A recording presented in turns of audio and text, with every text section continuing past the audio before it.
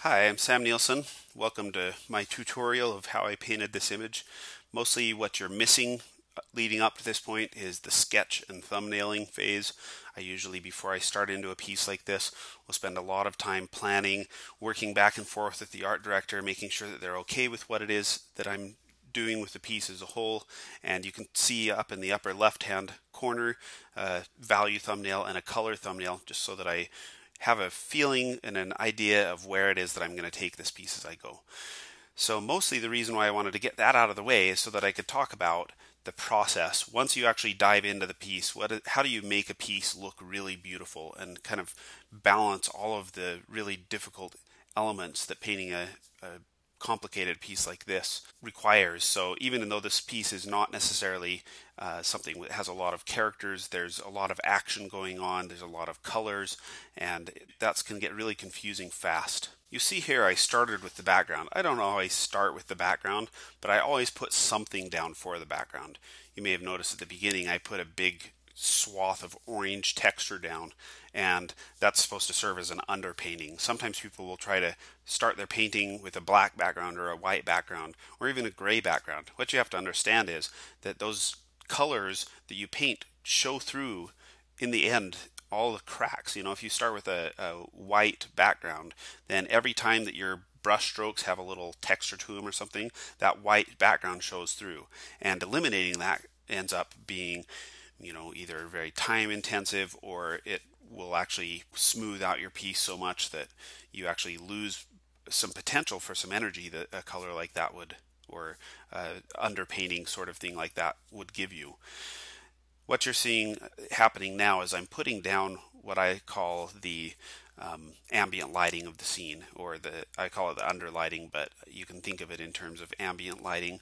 So that means that I'm taking the larger areas that are eventually going to be lit by the sun, and I'm acting as though there isn't any sun in the scene. I'm just turning that light off for a second. I will act as though the sun is hitting the ground though, and bouncing light back up onto the bird or onto the characters. So I'll include that in that ambient lighting. Anything that, if we have blue sky up above, then I'll cool off the colors up on top. If we have an explosion off to the right, I'll pull the colors a little bit warmer over there, and you can see I'm using pretty broad brushes. Mostly I'm trying to keep things rough. I'm not trying to get too detail oriented yet. You can get very detail oriented if you want to at this phase, but I don't think that there's a huge advantage to taking it very far, at least during your first stages. Sometimes if you have like a very detailed area, you can use an overlay layer to push and pull those values, make them brighter and darker. It's a good way to establish a texture really quickly and brighten and darken it when you're doing this ambient lighting. But in this case, I felt like it would be maybe more of a pain to do all of the texture, and I wanted most of the texture. Since most of the piece is sunlit, I figured most of the texture should be painted in the sunlight. And that means that we lose some texture and we lose a little bit of that detail and interest once you get into those shadow areas, which is actually a really nice thing design-wise. You don't want the shadows to be drawing too much attention to themselves in this case, where the shadows are unimportant. This is more about the way that the light is describing things in those lit areas. And you can see, if you look at this layer stack on the very right, underneath, if you see that little orange layer right there in the middle, underneath that I have a bunch of selections. These are just flat colors. I'm using those to select specific areas, like that boot that's selected there. And when I'm trying to isolate specific parts of these characters, I'll just go over and I'll hold Control and click on the layer icon, and by control clicking on that icon, it selects the transparency, or the edges of that layer, or to the edges of that layer. Another thing that I'll do is, if I have a whole bunch of areas, I'll collapse those onto a single layer in the background, but I will make each area be just a little bit different color, enough of a difference that I can select them using like the magic wand, which will give you a very specific type of edge to those selections. I know some people will actually save their selections. I've never actually spent the time to do that, but you can actually get a little bit more organic edges that way. I started off with some brushes that had a lot more texture and energy to them, and I wanted to preserve that texture and energy, but at some point when you start getting into these finer details, you have to switch out for some smoother brushes or for some really flat, simple brushes. And I think at this point in the image, I kind of transitioned a little bit more into trying to make everything feel a little bit more dimensional as well. So even though I'm still painting bigger swaths of color, I'm trying to add in a little bit more roundness into these shadow areas. I'm also starting to paint in what I call occlusion shadows. An occlusion shadow is simulating what you get when you get an ambient occlusion pass from a 3D program. Those of you that have worked in 3D are familiar with that. Essentially, these are the cracks that the deep shadows of the image start to build up in. So if you've got a lot of ambient light in your scene, mostly bounce light, as that light bounces, it loses energy and it gets darker.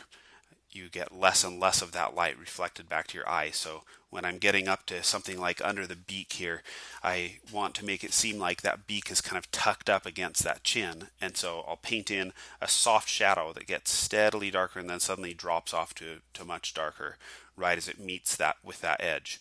And that gives me the simulation of the type of drop off that you get in the light as you get into a place where there's two surfaces that are meeting up against each other, or where they might be blocking each other's ambient light. I actually have a brush that I created specifically for the purpose of ambient occlusion.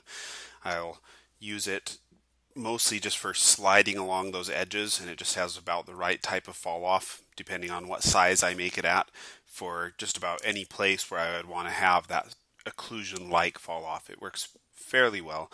I actually like it so much that I've started using a little bit for painting. So you'll notice in a second I start to paint in a little bit of rim lighting around the edges of the characters, and I use this occlusion brush for that because it gives me a little bit of a fall off and a very rapid fall off at first to kind of match the way that the forms are turning away from us, and then a softer fall off for maybe areas where the light might be wrapping around the figure a little bit more. I don't actually usually paint in rim lighting when I'm doing this phase.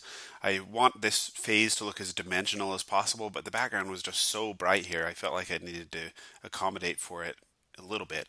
I don't know if you can actually even see it anywhere in the final painting. Maybe in the shadows up around the head there's a little touch of it, but mostly I think this was just something I was testing out, and I don't know if I would necessarily say that it's something you would need to do in all cases. As an experiment, I don't think that it was completely successful. I think some of that lighting that I put on the side did end up making it into the final painting. Some of that rim lighting on the left side of the bird that's in the shadows. And that's the thing about that rim lighting, is that it was meant to be filling in the shadows and not necessarily meant to be overpowering the sunlight. You might be surprised at how much time I'll actually spend working in the shadows, trying to get a lot of dimension and interest there. So this purplish stuff that I'm putting in here is actually a continuation of the skylight coming from above. I downplay it a little bit in a minute, but the feeling that I want in these shadows is that it's dimensional and feels really good as a painting even before I start putting in that sunlight.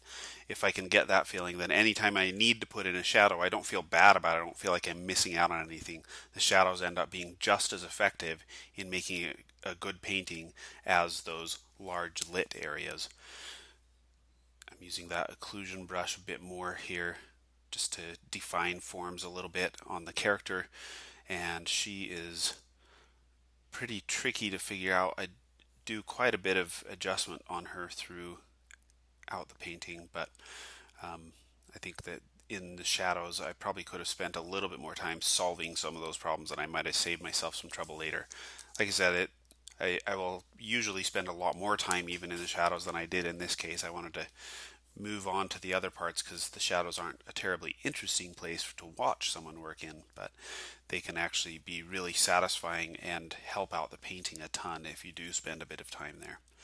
You can Let's see how much work I'm putting into just the soft rim light from the sky. I'm not worrying about the explosion stuff yet necessarily. We're still just dealing with the sky and the ground and how those things relate to each other. I've done a lot of demonstrations, and one of the disadvantages of doing a demonstration is that when you are observing your painting or having other people observe your painting as you paint it, you make different sorts of decisions than you would otherwise.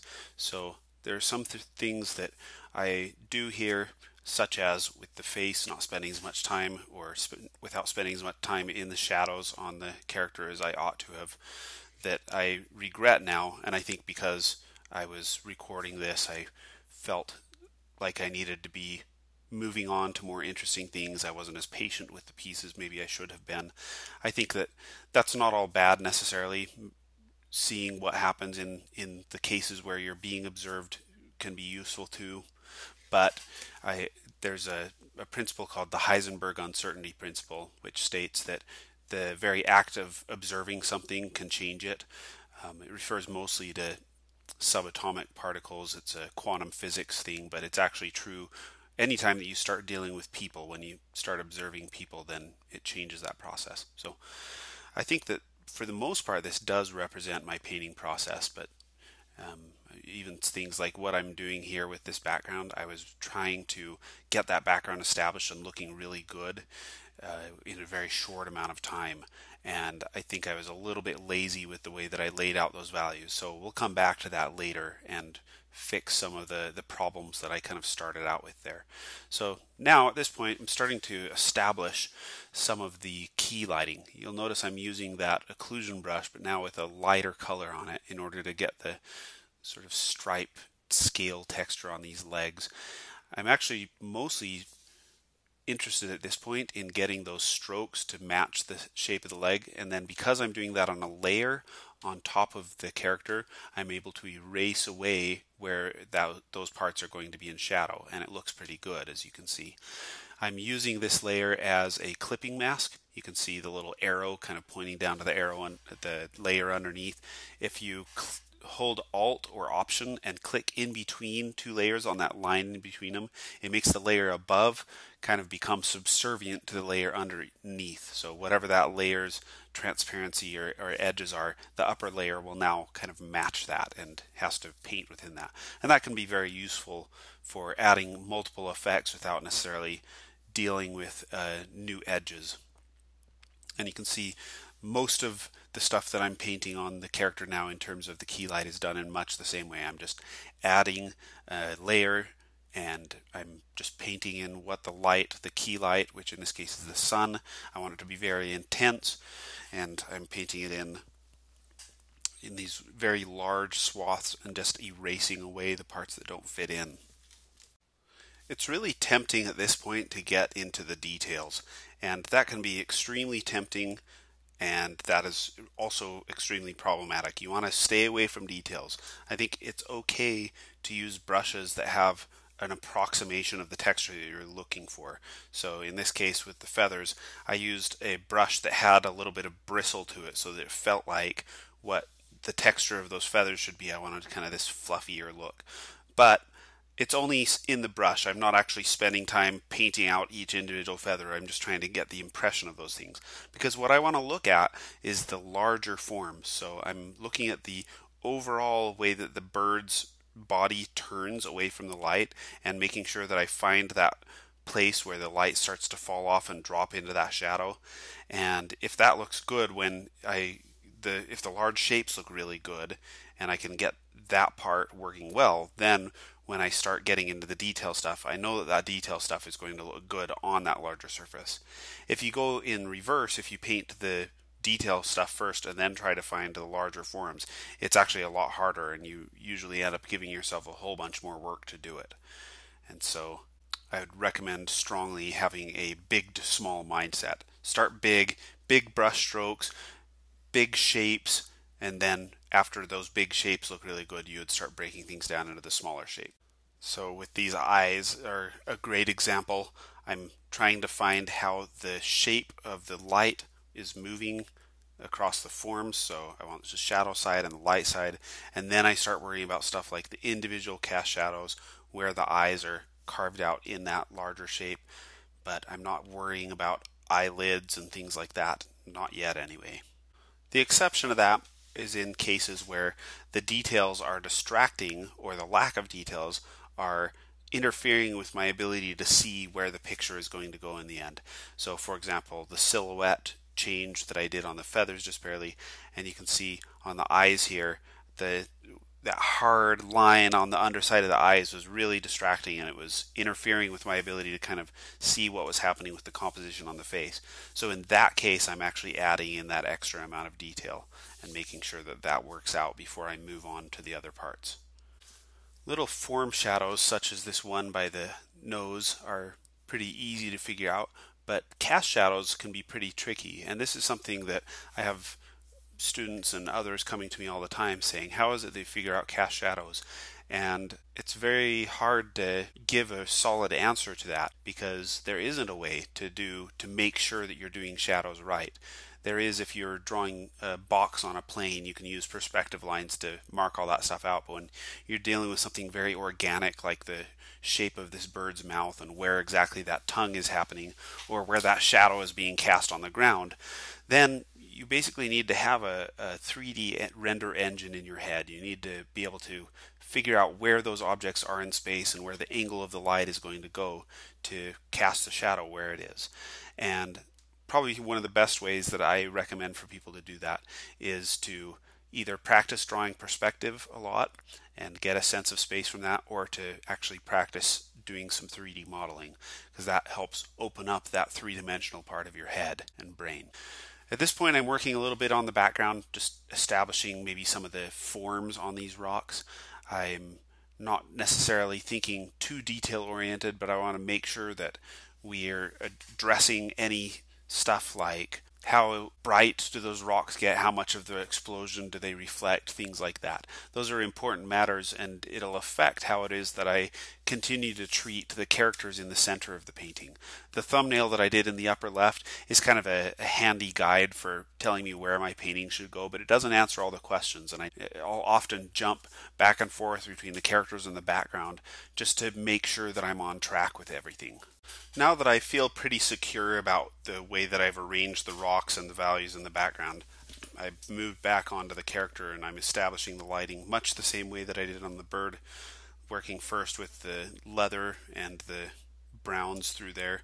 I wouldn't normally put in a detail like that stitching, and I think occasionally I'll need to remind myself that I'm working on big shapes and not getting into details like that. So you can see I've kind of backed out and I'm starting to deal with broader stuff again. It's so easy to get caught up in those details, and those details are really fun to paint too. I don't think that it's necessarily bad to paint them early on, but if you want to be able to take a step back and look at your piece and see how it's working out, those details don't help you at all. Whereas blocking in those large areas of color, such as how bright does this coat need to be, how strong do I want the sunlight on that, that's a decision that I can only make in context of the entire piece. If I make that decision just with respect to that individual coat, I'm going to make most likely the wrong decision. And you could see where I was zoomed in there, the coat was getting really intense, kind of bright and distracting, and so because of that I eventually end up pulling it down in brightness. I'm using a much softer brush now on the face, and there's a couple of reasons for that. Partially because I want her skin and face to feel a little bit rounder, a bit younger, but also because I am trying to avoid the detail mindset that is so easy to get into. I wanted to make sure that I was getting the general face blocked in before I start getting into those really specific details. And working with a softer edge brush makes it kind of difficult to even get those details looking good. And once I've got the general impression of the face working pretty well, I feel like I can move on and start filling in the colors on the eyes and things like that. Again, not spending a lot of time on the specifics in the eyes, just getting sort of the general color swatches. You may notice that her teeth are kind of crazy at this point. I was trying to give her like a little bit of that sort of like appealing crooked tooth type of look where it doesn't necessarily make her look strange, but there is something just a little bit off kilter about her mouth. But I think I went definitely too far at the beginning. It's very hard to see that stuff until you actually see it all in context of the final painting. I actually think that stuff worked kind of okay in the drawing, but as I'm getting further into the painting, it becomes obvious that that's not working out. The lighting on this hand is really tricky, and it's another thing that I struggle a lot with. With the light coming in at that angle, it would be raking across the tops of those fingers, but it's not going to be a strong lighting at that point. So do I paint that front knuckle side of the hand as though it's in shadow, or do I paint it as though it's getting a little bit of sunlight to it? I think I used a layer to just go maybe 50% in between there, but that's another thing that I'll come back to later on. Notice I'm using a lot of blending brushes, so I use something called the Smudge Nice, and it's a brush that I created specifically with the intent that I could just brush over an area, maybe keep the edges slightly just outside of that area. I didn't want something that was too soft, so that it could have a little bit more specific control to it. But what's nice about it is that you can paint really roughly and then still get a smooth result out of that in the end. Painting in the specular highlights on the eyes is something that I do on a separate layer so that I can very tightly and carefully control exactly how those gradients are working over the other stuff and adjust the opacity of those reflections. I do that with a lot of specular reflections, just keep it on a separate layer. I tried multiple different things with these feathers, trying to give them the texture that I wanted. I want them to feel like bird feathers, but I also wanted them to have a little bit of fuzziness to them. I think what I end up with in the final piece is a lot more like the original feather texture that I painted, just a little bit more textural, but I was trying to get a touch more of the specifically defined feathers here.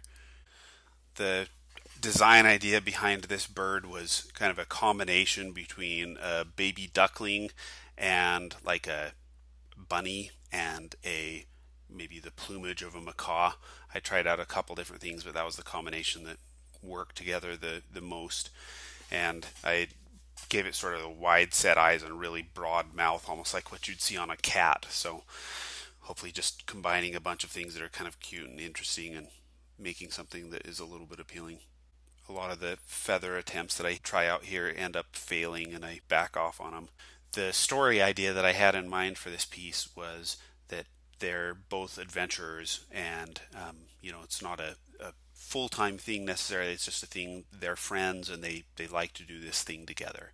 And I wanted to support, almost more than the adventure story, I wanted to support the idea of them being friends and them enjoying themselves. I had a whole huge backstory behind that in addition, but those were the things that I felt like needed to be communicated in the piece. And so a lot of the decisions that I made were highlighting the way that these two friends can be very different from one another and still be enjoying themselves together and have that sort of relationship. I like the dynamic of this very playful, happy, fuzzy, cuddly thing and a character that's maybe a little bit more serious, tomboyish, and maybe got a little bit more of an aggressive, like down to business feel.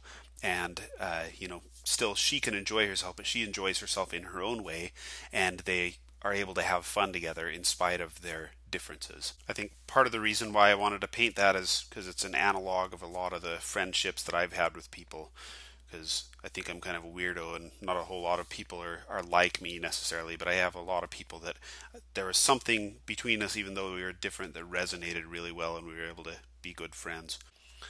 I'm spending obviously a lot of time on these rocks, not necessarily trying to make them look like rocks yet, but I am trying to, at the very least, establish the different planes of those rocks so that we can tell which direction they're facing. So in this case, on a separate layer, painting in maybe some of that light bouncing up from the ground underneath, or making it so that in the shadow areas, as we move away from the shadow, or as we move away from the explosion and away from the sky, that's where the rocks start to get a little bit darker. One of the disadvantages of starting really rough is that you end up with places that you miss, and like that spot in the sky that I just painted over. But you can still see a lot of energy in that sky because I did start off with that rougher underpainting. We end up with some interesting colors there. What I'm doing here is adjusting the colors of the bird. I'm trying to make those feathers look yellow. And I'm doing that using a separate layer, and now I'm using a layer mask in order to control where the translucency is happening on that layer. So that allows me to be able to get a gradient, maybe even a complicated edge along that gradient and on that bird's belly. And I think it ended up a little bit yellow at first, but the nice thing is that I can just use all of the feather texture that I painted in already and just introduce a bit more of a different color without necessarily repainting all of that. I'm using levels there to adjust the brightness of it, and I use curves quite a bit because curves allows you to control the different parts of the colors for each channel in each value range of the image. So I can actually control the shadow area separate from the light just for the greens here. One problem I'm going to start trying to address here in the image is the contrast ratios between the light and the shadow. So you'll notice as I select these belts here, I'm going to try to make it so that the contrast ratios between the light areas and the shadow areas are roughly about the same distance apart on the value scale as the light reds and the dark reds are, or like the light leather and the dark leather. And I'm doing the same sort of treatment here now to the rocks. I'm just trying to make sure that across the piece it feels like the sunlight is sunlight and the shadow light is shadow light. If those two values, the bright areas and the dark areas, start to get too close to each other, it starts to look like an overcast sky, and that can be really bad when one area looks like it's being lit in the sun and then one area feels like it's not being lit by the same light source. And you can actually tell looking at this that that's true right now of the underbelly that I just adjusted the color on. That area looks like it stands out a little bit. The darker sort of greenish yellows in the shadows and the brighter greens in the lights are not quite as far away from each other as the reds are. And it doesn't necessarily mean that the yellows have to be as dark as the reds. They can still be lighter. It just means that now the lighter parts of the yellows need to be even lighter to make up for the fact. Doing the specular highlights on the eyes here, I like to use selections. Selections give you a very crisp edge. That crisp edge is really nice for a very tight specular reflection. It gives you the feeling that something is very glossy. Usually what you'll need is a little bit of a gradient in that glossy reflection though, and you'll notice I erased away a little bit in the center to get that look. Now you can see I'm using a texture to add specular highlights onto the skin. I don't want glossy highlights here. Now I want that to feel like kind of a textural reflection like what you would get off of someone's nose or someone's cheek in the sunlight. And the difference between the shape and breakup of those specular reflections from the face to the eyes is what makes the character feel like you've got multiple materials going on there, and it adds a little bit more richness in your painting when you get those things right. I really don't want to draw any attention to this grass, so you'll notice that as I touch up this grass, I'm mostly just using a slightly broader brush that's got a little bit of texture to it. I just want people to look down at the grass and kind of dismiss it as being important and move on to other things. That's the main reason why I'm not spending a lot of time on it. You can actually put quite a bit of detail into the grass and still pull people's eyes back to other parts of the painting. It's very difficult to do. In this case, I didn't feel like the grass was adding anything important to the painting, so I just didn't spend much time on it.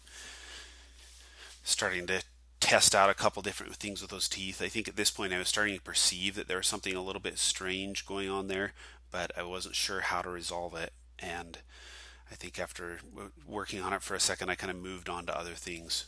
We'll come back to that again later. Pants are another thing that I just spent a long time debating how to handle. How is it that I want to make it so that these are, what type of material do I want them to be? How do I want them reflecting the light? How much wrinkling and interest and detail do I want to put there? I think that a lot of the stuff that I did with the pants ended up in the end being much more detailed and much more specific than what I originally had in mind, but I think it worked out pretty well. So you notice how I used the selection tools, and I'm using selection tools again for the pocket. I used selection tools for that seam along there. I'm just trying to control where the shadows are happening and give that stuff a little bit of a punchiness. The selection gives the ability to catch stuff right in those edges while using much larger brushes.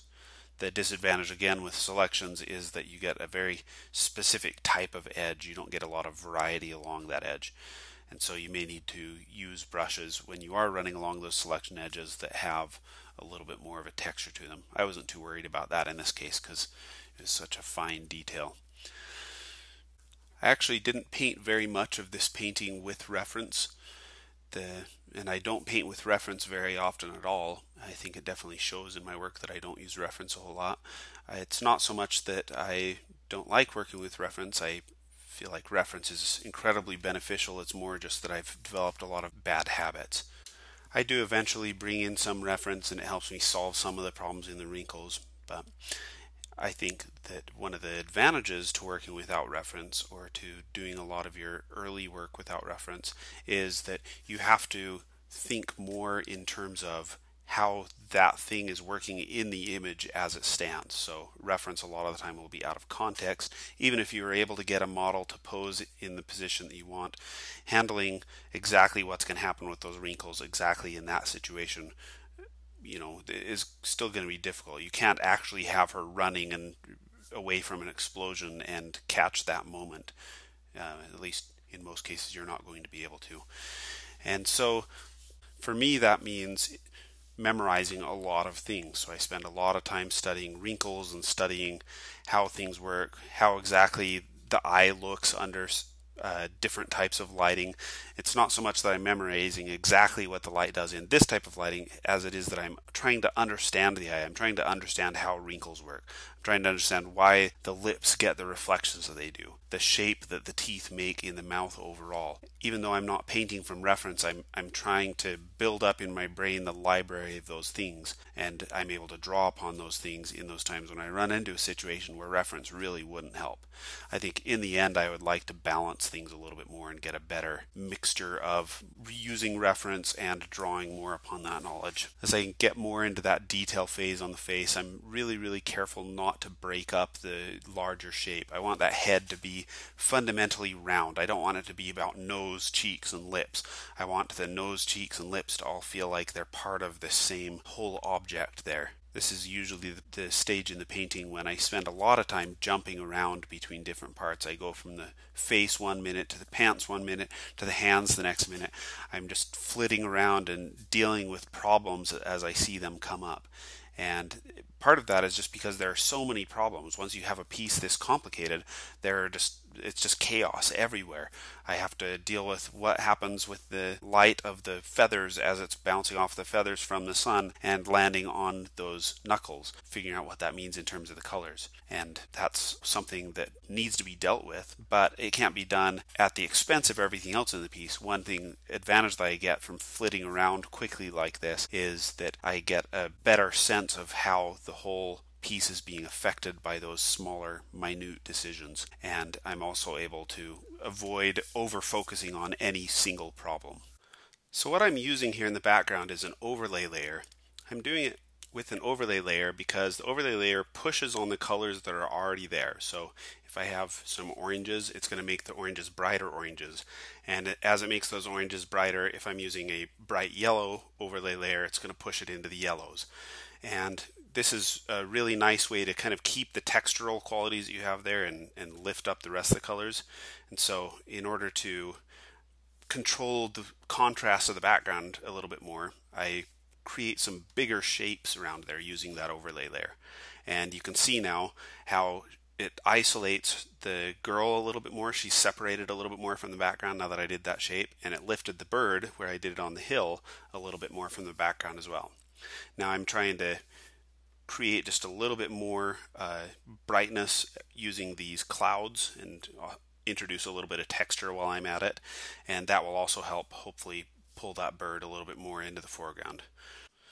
Now, a quick note on brushes. You may notice that the brush that I am using for this smoke has kind of a cloud edge texture to it. That texture doesn't really make my painting better. Using brushes isn't going to make you a better painter. Having the most amazing brush set in the world might help something though, and there's good reason why you want to have good selection of brushes. What brushes do is make you a faster painter.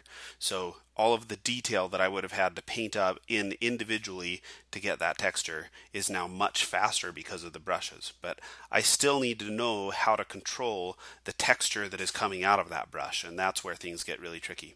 Now what I'm doing here is bringing in a photo.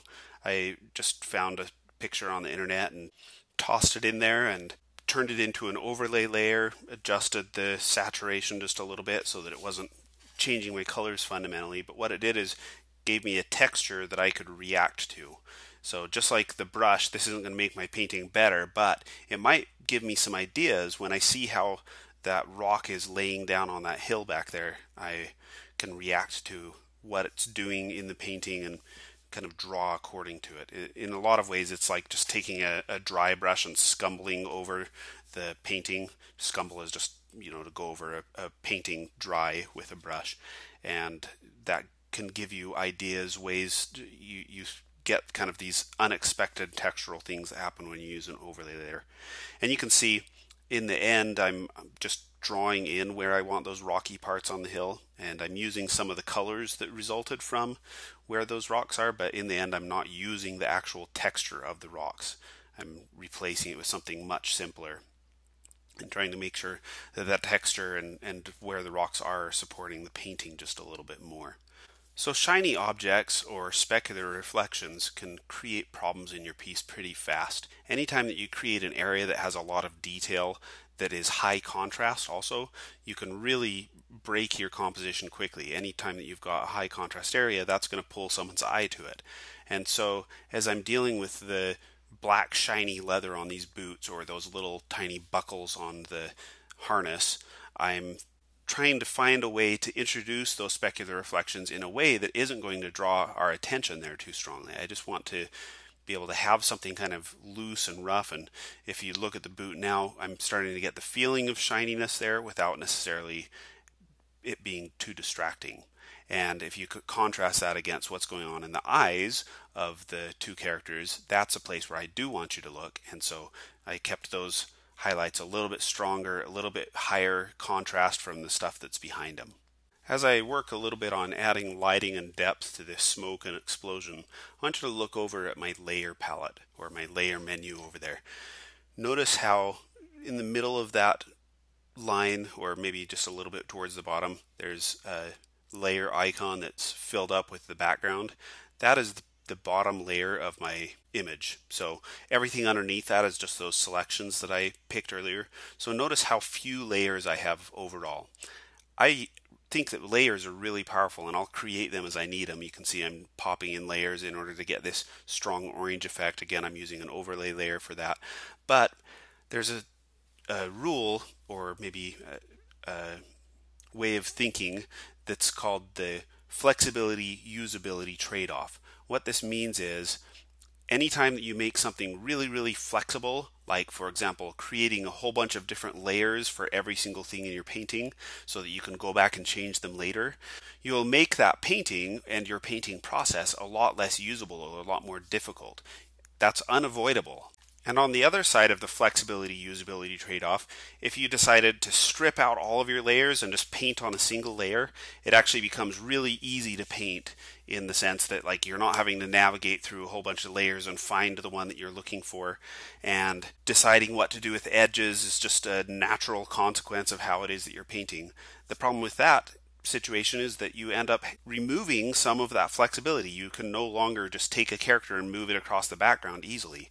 And so this flexibility usability trade-off is a good way to think. When you're first approaching your painting, you say, what is the most important thing to me? Do I have an art director that is going to have a whole bunch of different demands and want to change things a lot? Well, in that case, then flexibility is going to be the most important thing. Whereas if you have an incredibly tight deadline and you've got to get that painting done by tomorrow, having a million layers to sort through is not the way to go. So keep in mind the flexibility usability trade-off. It'll make a lot of things easier. You may notice working on this hair here that I did some rough stuff with big broad strokes, but in order to really get it to look like hair, I have to get into those individual hairs and actually draw out the hairs as they pull over the top. If her hair was perfectly groomed, I might be able to get away with just using the earlier brush, but the fact that it's whipping in the wind, I think we need a little bit of that chaos in there. What I did here is I used kind of like a natural sponge brush to create this kind of used leather texture on this coat. The natural sponge brush and a lot of the brushes that I use during this demonstration, during this painting, is actually from it's called Kyle Webster's. I think it's like the Ultimate Mega Pack. So if you go into Google and type in Kyle Webster brushes, it'll bring up his site, and the Mega Pack is great. It has all sorts of brushes in it. It doesn't have as many for painting. Some of these are modified from his set. He makes money off of these brushes, so I can't really share them with you, but you can get them for fairly cheap. They're $14 for the entire set. There's tons of brushes, lots and lots of inking brushes, and I would definitely recommend it. Something that helps a lot when dealing with a painting that has as many complicated elements as this is to look at the larger shapes. So I'm trying out different things like darkening that larger shape of the ground and all the rocks that are tumbling over it. If I see that as a large shape instead of a bunch of individual things, it's easier to sort out how that fits against the characters. In the end, I decided to darken the character instead, and you can see how by dropping that shadow down, it makes that character pop off the background a little bit. I was able to erase a little bit from the background and keep some of that darkness in the foreground, and I think it makes the foreground become one shape and the background become another shape. So that ends up being a nice trade-off in the end. And I darkened all those rocks down because I felt like they were the contrast and the little pops of brightness that was happening with those rocks against that darker background was actually hurting the composition. I wanted to control the contrasts in those places so that your eye would be pulled to the places where the highest contrast is, which is hopefully in their faces. I have a compositional path in mind that kind of goes between the two faces, down her body, down to the leg of the bird, and then back up to the bird's face. And so that's kind of where I want people's eye to go. I think there are some other alternate paths, like out to that little rock tumbling to the side and back to the explosion, that I think are fine, but I don't want those to be the central focus. So after working a little bit more on this background on the hill, I think I eventually darkened down those white spots because I feel like they're drawing a little bit too much attention to themselves. Again, it's that contrast thing, and I think in this case it's okay as it stands right now. All those shapes are kind of acting like arrows pointing you towards the characters, but I think even still they're coming off of that background a little bit more strongly than they ought to. Now at this point, I'm feeling like the background is just bright enough that the bird just needs a little bit more light coming around from that backside in order for it to look good. We had some of that lighting in originally, but I feel like it'll help to just intensify that a little bit. Now, as I've been working on this smoke and making sure that that bird is separated a little bit from the background, and by darkening this backside, that's helping separate it from the smoke, I'm also feeling like we're maybe losing a little bit of the midground. And after putting in a little bit of the detail in the grass, a little bit of texture there, I think it's probably the next priority to figure out how to make it so that that background area and the midground area are separate. So one thing that helps is this detail. I mean, this grass that I'm putting in here, it's just individual strokes, kind of loose, helps make that foreground stuff feel a little bit separate from the background stuff there. I feel like it also helps to intensify some of the occlusion under the foot and the rock in the background in order to make that foreground stuff stick out a little bit more. And then to separate the midground where it's starting to fade into the background, I put in just a little bit of a slightly darker layer, which I erase right next to the bird so that the bird still pops off the background, but it allows that smoke to kind of stick in that middle space. It's always good when you're doing a painting like this to have a foreground, midground, and background. Now that the background is nicely separated, I feel like I can put a bit more detail into that midground, just as long as I keep that value range kind of narrow. It's the same thing with the background as well. I can put more detail into the background as long as that that value range is kind of narrow, and really the color range as well. I want to reserve the wider color ranges for the foreground. Now at this point I'm thinking I've got your eye to look at the face of the bird. That's the highest color contrast and the highest value contrast in the piece. But what's there to keep your eye there? So I'm trying out a couple different things, assessing what types of things are going to be most interesting. So the way that you keep someone's eye there is you put in details that are not necessarily going to create more chaos, but that fit within the larger details or the larger forms without necessarily creating problems. So for example, these sort of feather ears that I'm putting in, I can introduce some detail along the silhouette without breaking the overall silhouette. Or with this beak, the upper nostril area of the beak, if as long as I keep the lines kind of moving along with the sort of V shape there, I think that I can add quite a bit of texture there without necessarily creating problems or adding something that is competing for attention. It can just be like a little subtle area of interest. I definitely keep the contrast low there so that we're not necessarily drawing more attention there. This isn't an important texture, but I think we can put quite a bit of texture there, and it just makes that bird's face a little bit more interesting to look at. It'll keep our eye there longer. And same sort of thing goes with stuff like eyelashes. I spend a little bit of time working out the eyelids at this point. These eyelashes are using kind of a bristle brush that's used for grass and other things like that in other places, but here it seems to work out pretty well for those eyelashes. Pulling those eyes out just a little bit more, giving them dimension. The sockets of the eyes are kind of nicely defined there, but then the eyeballs themselves should feel like they've got form and dimension that pulls them out from the face. So a lot of this detail development here, it's not just plain detail development. I'm trying to make it so that that detail is interesting, and it's interesting for a reason. I want to keep you there. And what I'm doing here is working out. I wasn't really happy with the feather texture that is happening on the bird, so I'm working out a brush. This is basically a brush dab or a brush preset that I can use to create feathers very easily. And so I select that little thing I quickly painted and I toss it in my brush menu, space out the brush a little bit, make it so that I can get it to rotate to different angles, and then I'm ready to go with it. After a few little attempts with it, I realized that those edges are just a little bit too strong, and it works okay, but it doesn't look beautiful. Those hard edges just look kind of funny and don't really preserve that feather feeling. So I go back and let's just get rid of a little bit of the hardness of that inside edge, and we'll see if that works a little bit better as a feather. Same sort of thing, just spacing it out, getting it to rotate and scale according to the pressure of the pen.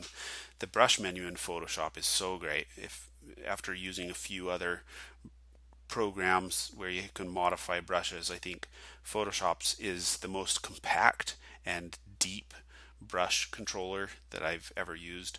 The disadvantage to it is that it's got a little bit of a tricky learning curve because they've made it so compact. It means that you think that you know everything about it, but it turns out that you can get better expression out of it than you realize, or a wider range of expression. You can see I'm using the same brush preset to add in the specular reflections. I also decided that given the angle of the light's coming in, that probably the neck of the bird is going to be more rounded or more filled in by the light, and so I pulled the feathers and the lighting down just a little bit more. Makes it so that that sunlight is taking over that area a little bit more, but I think it also helps keep that area from feeling as flat, and I think that was one of the things that I was struggling with it. Occasionally I'm getting little tiny feather details just with a fine brush there, making sure that the feathers are hanging over that strap over his chest and stuff like that. While I wanted the details in the face to be inherently interesting and something that captivates and holds the eye, I don't want the details in this area to hold the eye. So I'm keeping things a little bit vague. There's just enough detail so that if people look there, it's not boring necessarily. But I'm trying to keep the brush strokes just a little bit looser through the feathers and even on the strap. There's not any super fine details that are stronger, higher contrast for the purpose that I just basically want people to look somewhere else. It's not that important of a place, and it helps to control the composition to be thinking about these feathers as just kind of like a way station along the way. They're not really a stopping point. I found at this point that the painting process really slows down. When you're first blocking in the colors and kind of figuring out where the lighting is going, the painting goes very quickly and you feel like you're getting somewhere very quickly. And then when you get into this detail stage, you start realizing that you've just got miles and miles ahead to travel. And so I think it's really good to be patient during this stage when you start to get into the fine detail, to realize that you've still got many hours ahead of you in getting that piece to the finish point. If you really want to have your detail distribution to be somewhat even across the piece, I mean, obviously we talked about how you've got the important details and the less important details in the middle of the body. I don't necessarily want to have be equal to the face, but it needs to not be so rough that it doesn't fit in with the face either. And then I've got other things like this boot that I've got to spend a little bit more time getting it to look like leather, or it becomes an eyesore to the piece. And this is something that one of the main reasons why I jump around when I'm painting a piece to different areas is because you sometimes don't realize as you're painting that what you're doing isn't good enough. Like on these legs, that original lighting pattern that I did looked pretty good when I first put it down. And I didn't necessarily think that I was done, but I thought, yeah, I probably don't need to come back to that for a while. And now, in context of everything else around it, it kind of looks bad. And so I need to spend a little bit more time, and I spend a bit more time throughout the rest of the piece getting those feet to really look good. This hair ended up being a bit of a problem. I wanted to get something that felt a little bit more edgy with the brighter color there, edgy but kind of fun at the same time. And so the problem that presents is that nobody really knows what natural blue hair is supposed to look like. So it's basically going to look dyed, and dyed looks artificial, and artificial in a photograph is maybe okay, but artificial in a painting generally tends to look bad. So I spent quite a bit of time trying to get those reflections and everything to work in the hair. But after a little while, I abandon it and come back. That's one nice thing about having a lot of stuff to work on the piece, is that if something isn't working out, you don't have to keep working on it. You can just move on to something else. So I'm not done with the hair yet, but I've given up on it for the time being. So the pants end up being another problem spot, something that just looks bad in context of the piece now, whereas before it might have looked okay. Now it needs to have a little bit more lighting, a little bit more roundness. And jumping over to the face now, just some subtle adjustments. I think at this point, lighting is almost like sculpting. So you're just adjusting where the lights are getting brighter and where they're getting darker in order to make that cheek stand out the way that it's supposed to, or in order to make the front parts of the knuckles to stand out just a little bit more. And I actually really enjoy that part of painting, where it's almost like you're building a sculpture, but you're doing it just with these brush strokes. And it's amazing how much you can get in a fairly short amount of time. I'm thinking a lot about rest and detail at this point, as I'm moving around from place to place, putting in a little detail here, pulling stuff down there. I'm looking also at how individual value and color shifts are affecting the painting. So when I add in that little detail around the beak, for example, I want the space around that to be a little bit more boring or a little bit more flat. If I make it so that there's a little bit of detail along the upper part of those feathers, I'm just going to make it so that the area around that has a little bit of rest to it. The drawing is set, but I can still make it so that the textures and the form description is allowing us a little bit of that rest and detail. So as I am working on pushing and pulling the values in the space, while I'm thinking about the sculpture and while I'm thinking about making those materials look natural, I'm also thinking about how this is affecting the rest of the picture, what that slight composition change. Now, getting skin to look right is very difficult. You may have noticed very early on in the piece that I actually used two colors to build up the skin. I wanted to get that skin feeling alive and make sure that the transitions in the lighting were a little bit warmer. But also things like the little patches of red that I put on the nose and cheeks, the little bit of gray I put around the lips, and then of course the reflectivity that I'm now putting on the forehead. All those are essential components to making skin feel like skin.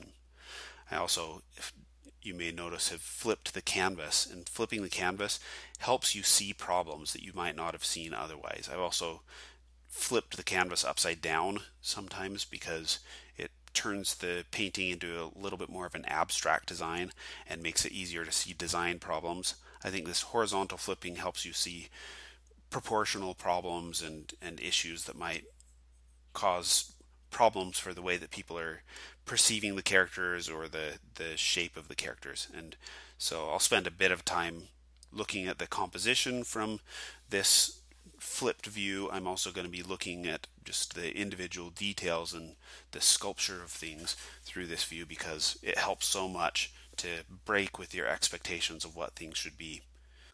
I'm sure you've heard the phrase before, the devil is in the details, and I think that's never been more true than it is for these pants. I know that they need more detail, I know that they need more texture in order to feel alive, but I'm just totally not sure what to do with them at this point. I'm trying out all sorts of different things, trying to make it so that the whole area feels a little bit more dimensional, potentially just increasing the feeling of the edges in things.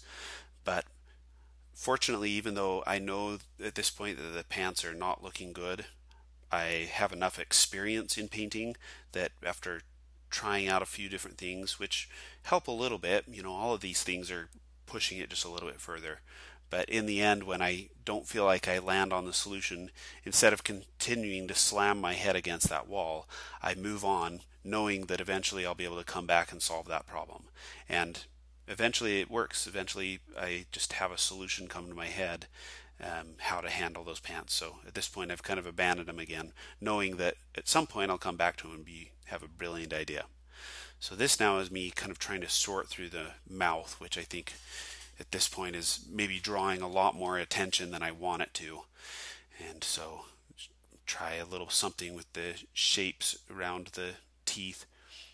The ear could get a little bit more dimensional. Ears and noses tend to be very translucent, so you want to get just a little bit more of the color, the warmer colors of the flesh underneath as that light passes through them.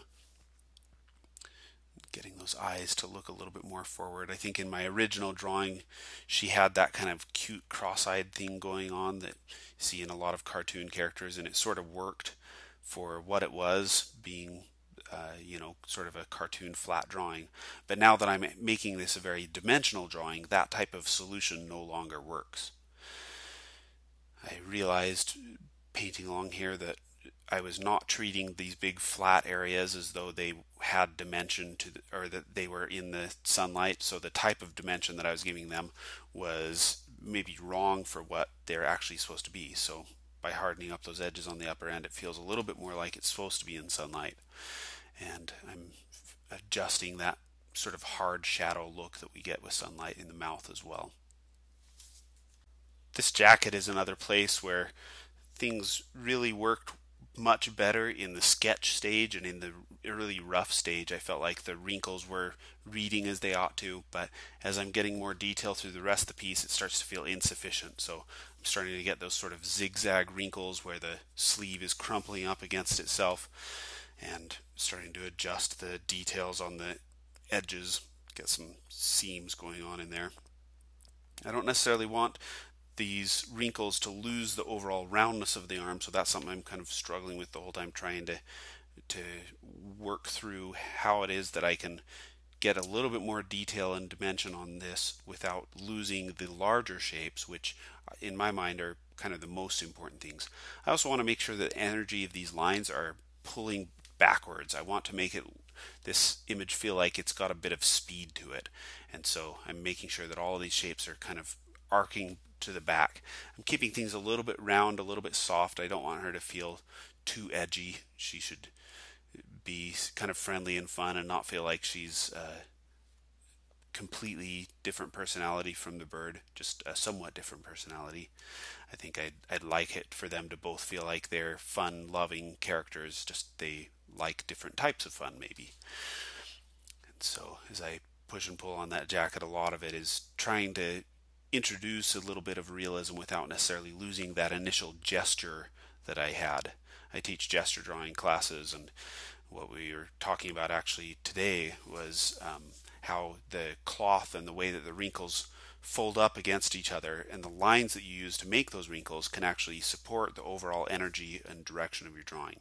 You may have just noticed I put in a blur in the background. It's a radial blur, a zoom blur, and it helps push that explosion a little bit more to the background and make it so that those edges, because those edges are now soft and the foreground edges are crisp, it just makes that foreground character pop so much more, and without necessarily losing any of the energy of that explosion. I think if I just blurred that stuff out using a different type of blur, just something like a Gaussian blur, a lens blur, it would have actually diminished and hurt a little bit of that other stuff that was going on back there.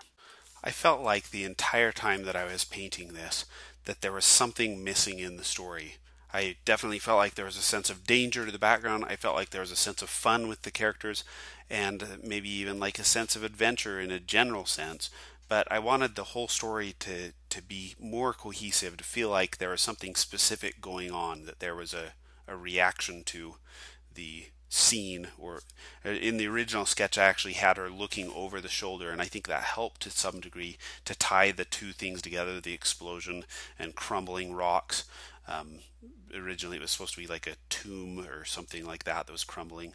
I felt it was important to show the characters having fun, but I wanted it to feel like they were having fun doing something and not just, kind of generally playing or running around. So having something a little bit more specific, some kind of adventure that they're going on that's implied by the scene, is really good. Now, as I'm painting in this satchel and figuring out how to make all it work, it's actually interesting how having handled the jacket already makes dealing with all of the leather and reflections on that a lot easier. Now, I'm trying to paint these gold coins in now, and one thing that you need to know about anytime you're dealing with really reflective surfaces, you need to understand what your scene is. You can't just paint gold and put in strong highlights and dark darks and have it look like gold. Sometimes that will happen to work out, and that's great if it does. But the way that you can make sure that each coin kind of feels like it's part of the same scene is consider what's behind the viewer. If you were holding a camera looking at this scene, what's behind you? What's to the left? What's to the right? And how are those things reflecting off of that gold surface? So if I'm imagining the sun up to that one side, there will be a point, a specific angle on those coins where that sun is going to reflect back to us.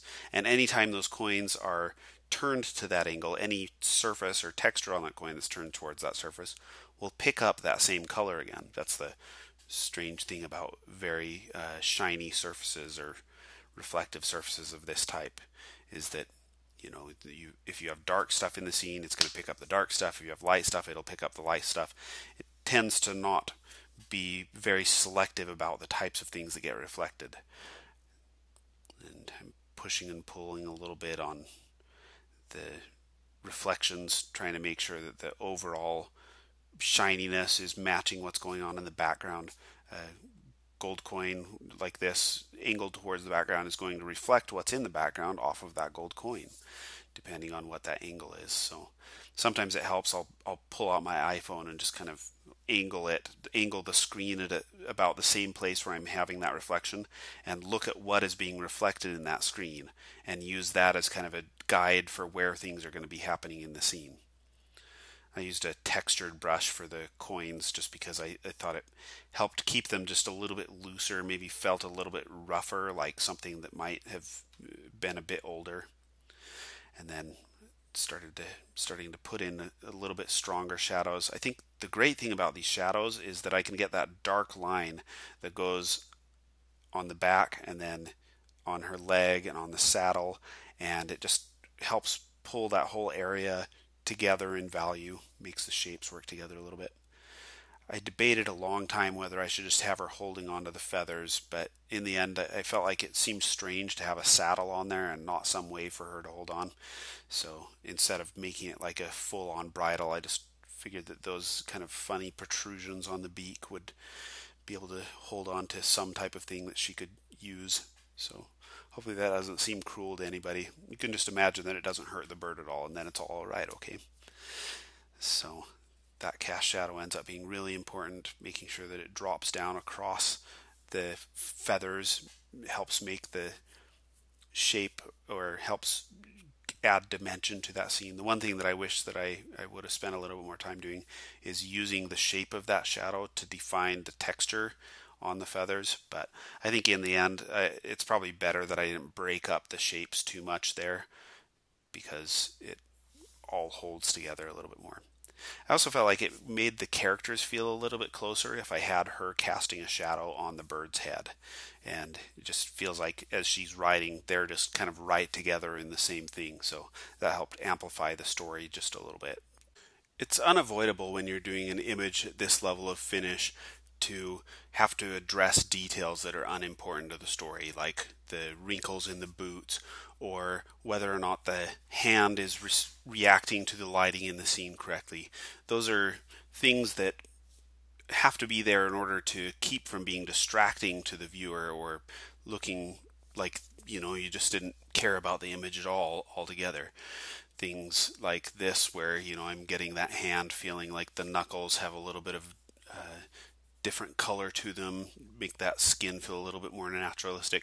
But in the end, those types of things don't really help amplify the story. So I love it whenever I can find something that can help amplify the story, and I'm actively searching for those sorts of things. Even if I'm putting in details on the boot, I want to think about what kinds of wrinkles and what type of wear there is on the boot, and what can that tell us about the character and what they've been doing together. You may notice I dropped down the values in the background a little bit. I did that using a new layer, and I made it a luminosity layer, but I used the smudge tool, and I smudged everything together so that what it was doing using the luminosity layer and the smudge tool is it was bringing all the values from everything else and bringing them into those ground layer colors. At this point, the image is close enough to being done that I can kind of smell the blood in the water. I'm starting to look at some of those spots like the hair where I wasn't quite sure what to do with it, and thinking, now I've got to finish this thing off. I can no longer put this thing off. So I can start adjusting what's happening with those reflections a little bit more, how it's pulling in the colors of the background and other things like that, with the intent that now I have to finish this thing off. I think with the hair, I was able to get a little bit more of that background into it. That helped bring a little bit more color into it. I do actually abandon the hair before finishing it off completely, but I'm definitely getting the mindset that everything's got to be finished. The moving of that coin purse there, I think, along with just helping combine things together a little bit more visually, it pulls the coins away from the edge of the page. Anytime that you have something important right next to the edge of the page, it creates kind of this tension spot. It's almost like a tangent when you have two lines that coincidentally cross at about the same point, or meet at the same point. I think it's the same sort of thing with the edge of the page when you start to push details there. So same thing with the details on the face now. Now I'm thinking like, okay, this mouth is and these teeth are not working. I've got to actually finish them off. And so I'm finding larger, more unified shapes for that. I'm trying to adjust the way that things are fitting on the face. I actually like both versions of the nose here. And I think I went with the slightly bolder, stronger nose just because it made her feel a little bit younger. The slightly when you get that smaller, finer nose, it makes a character not look as much like a teenager. I think teenagers kind of have that slightly like awkward look to everything.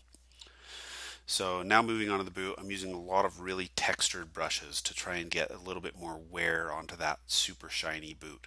I don't necessarily want to lose the shininess altogether, which is part of the reason why I'm including the texture. And of course I'm isolating those shoelaces so that they are not causing problems. But mostly where I'm going to let this texture bunch up is in places where I imagine the wrinkles have been there for a long time, or where maybe there's like a seam or an edge of the boot that's been jutting out that will catch on things and get a little bit of that wear and tear. The leather will get worn down more quickly in those spaces. So I'm still flitting around looking at things just really quickly, but the details that I'm putting in are hopefully at this point finalized details. I'm trying to make it so that that background is receding a little bit. So adding a little bit of blue and darkening that smoke a little bit helps it push a little bit farther into the background. Those adjustments with the values are really critical in helping to make it so that the foreground of the hill and the background of the hill are separated from each other. But also the cools work really nicely against the warms in the bird, and so that's another reason why I pulled those cool colors back there. These are the details that really bring the image home for me. When you start getting to stuff like the wear and tear on this leather, it makes stuff feel just a little bit more lived in. It makes things feel a little bit more comfortable to the viewer. Things don't seem so fresh and new, and I think it's also really fun to paint, so I really look for these opportunities. There's a number of ways that you can stylize these things. I didn't necessarily want the scene to feel realistic, but I kept enough of that detail and grit in there so that it felt like that these characters were living in a real world and dealing with kind of harsh things sometimes. I'm pulling a little bit of blue greens into the background there to match the purples that I put into the smoke, again helping to pull that bird forward, pop him out against that background. Notice how I cool off the colors of that jacket. I have this character that's kind of sandwiched in between the warm colors in the background and the warm colors on the bird, and I want her to maybe feel predominantly cool so that she will stick together as her own element instead of feeling like a jumble of warm and cool stuff. So now comes the time when I have to finish off those pants, and I have an idea of what it is that I want to do. Not only am I going to spend a little bit more time making sure that these wrinkles are feeling like there's actual tension going on in them, but I'm going to start adding in a little bit more texture. So thinking of these pants as being just a little bit more of an opportunity to add a little bit more dimension to the scene. So I'm making sure that these lines are wrapping in a way that allows that leg to come forward toward us.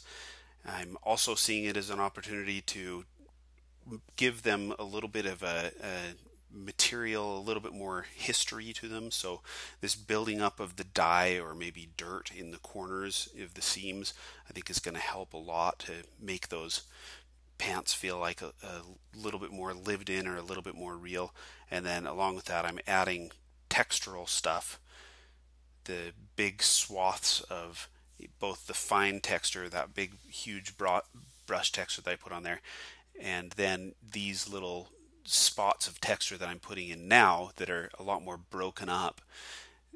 They make it feel more like the pants have been worn down. Maybe the dye is actually being like pulled out a little bit by the amount of wear that's going there. I mean, if they're jeans, they're going to have wash stuff as well, but I'm imagining in this case these are her adventuring pants, and so I imagine that they will show wear not only from this journey but just from all the journeys that she takes them on. I also, you may notice around the edges of these pants there's just a little bit of a lightening, and that lightening just around the edge where it gets that soft light part is a thing that I call the fuzz effect. It makes something feel just like a little bit fuzzy. It's very useful on cloth to just give it that thing that makes it different from, say, like a leather, because the little tiny threads as that form turns away from you are going to gather and look a little bit more thick and lighten that edge up. So getting all these little fine details finally into place. I think at this point, even though it's a lot of work addressing details in all these spots, this is where things start to get really exciting, and I'm finishing things off and everything is starting to come together. It's starting to look pretty good. My final big target detail-wise are these legs, and the legs end up being an opportunity for potentially a lot of fun in that texture, but they can also create a lot of problems. You've got this area where there's already quite a bit going down with that rock kind of tumbling through and the shadow on the grass. And then immediately above that, we've got the boot, which is reflective. I want these legs to look like they have scales on them. I want them to be a little bit shiny, but I don't want those reflections to stand out. So I'm going to try and keep everything just a little bit soft, not make any of those fine details be necessarily high contrast. In fact, I'm adding in a bit of bounce light on the back sides of these kind of shiny legs to maybe flatten things out a little bit, make so there's not as much of a difference or distance between the shadow and the light areas. I think in the end, because it's a shiny surface, you've got to respect a little bit of the contrast that that shiny surface is going to have, but you can do quite a bit, especially if you're spreading out and diffusing those reflections to keep them from drawing unnecessary attention. So I think at this point I'm moving back to the face, and part of that is that I'm just looking for any opportunities, anything to make it so that you want to stay looking at the face, stay looking at the hair. Noticed a kind of strange spot right through there where the scales and the shape weren't looking quite right. And then stuff like these little patterns and the little colors that I'm bringing in, I'm just trying to make sure there's color unity or color balance through the piece. So the fact that she's got more of a cyan in her hair and that there's not really much cyan in the rest of the piece. I mean, there's a touch of it in the grass. I feel like that little bit of it in the wings helps out a lot. A little touch of an overlay layer on the grass just to keep it from being too flat texturally compared to everything else. Don't want it to be too strong, but a little noise back there won't hurt anything.